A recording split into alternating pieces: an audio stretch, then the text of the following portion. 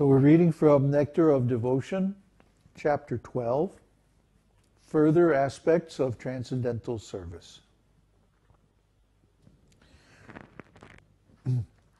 This section is called Observing Festivals, Celebrating the Lord's Activities.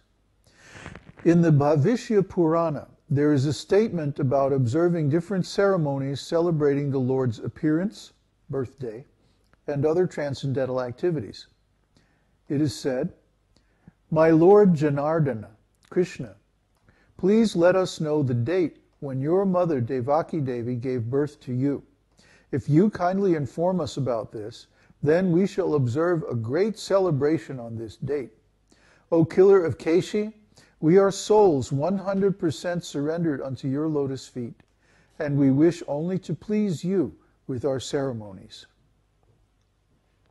This statement of the Bhagavad-gītā gives evidence that by observing different functions in relationship with the Lord, one is sure to become pleasing to the Lord. The Bhagavad-gītā is a wonderful name. It literally means the history of the future. And it describes everything that's going on now and everything that is going to come, at least up to the end of Kali Yuga. Excuse me. So Bhagavad-gītā contains descriptions of many, many, many things. Prabhupada used to quote from it often, but it's very mysterious. It has not been translated into English, at least not by anyone who's authorized, anyone who's knowledgeable. So, Bhavishya, what will be? Bhavishya. So the next section is serving the deity with great devotion. It is said in the Adi Purana, a person who is constantly engaged in chanting the holy name and who feels transcendental pleasure being engaged in devotional service is certainly awarded the facilities of devotional service and is never given just mukti, liberation. Mukti means liberation from material contamination. When liberated, one does not have to take birth again in the material world. The impersonalists desire to merge into the spiritual existence, to end their individual existence. But according to Srimad Bhagavatam, mukti is only the beginning of one's becoming situated in his normal condition. The normal condition of every living entity is to be engaged in the devotional service of the Lord. From the statement of the Adi Purana, it appears that a devotee is satisfied simply with being engaged in devotional service. He does not aspire for any liberation from material conditional life. In other words, anyone who is engaged in devotional service is not in the material condition of life, although he may appear so. This is very important. You think that we are in material bodies and we're stuck here in the material world just like ordinary living entities? No, because we're constantly in touch with the Lord through His holy name. See, this association of the holy name gives us actually the Lord's personal company. And this is so nice, that mukti, again, it becomes insignificant. Why? Because a devotee who's engaged in devotional service is already liberated. Why should we desire mukti when we already have mukti? Mukti is nothing. It's just the beginning of engaging in devotional service, because to engage in devotional service, you have to be on the spiritual platform. So if you're engaged in devotional service, you're automatically liberated. There's no need to strive separately for liberation. That's just for people whose spiritual vision is very limited, who can only understand things in reference to this material existence.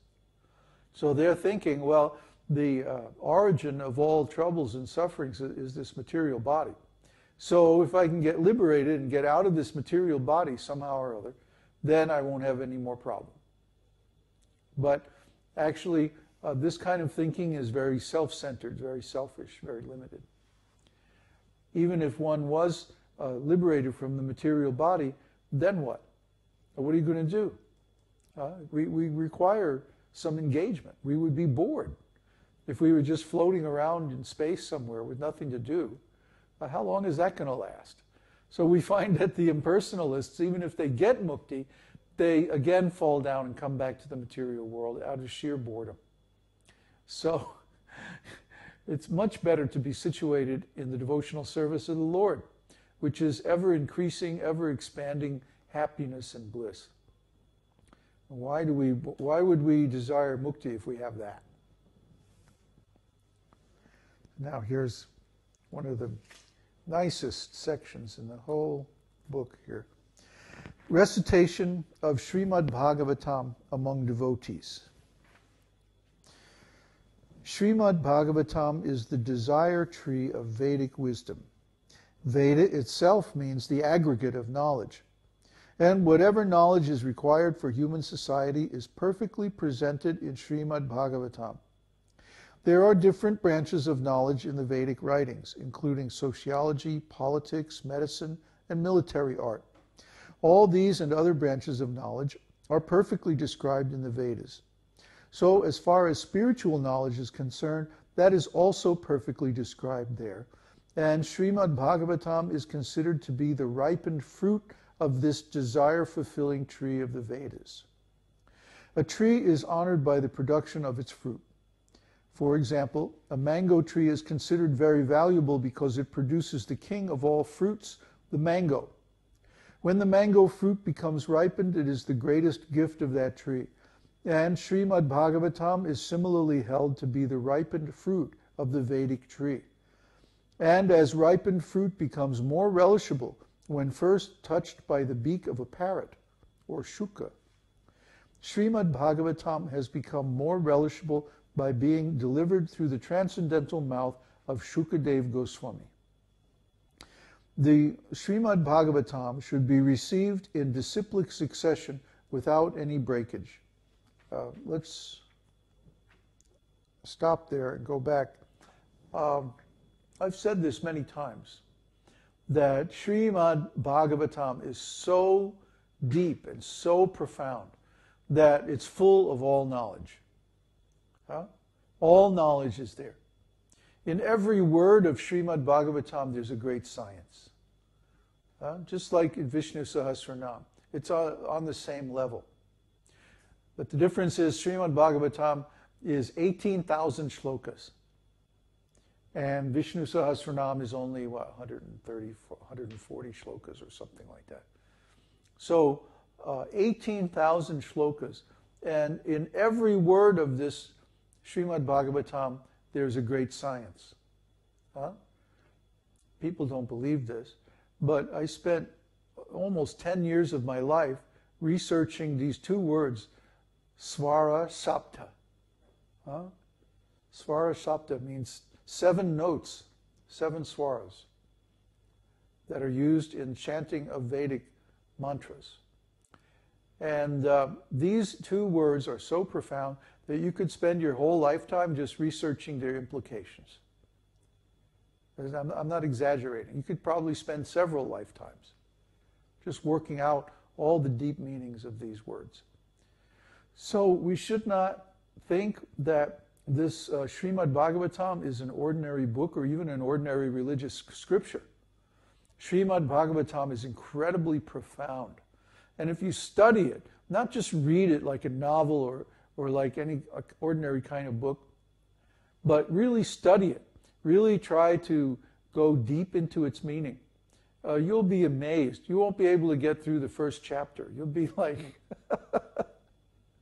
I mean, just the first shloka of Srimad Bhagavatam.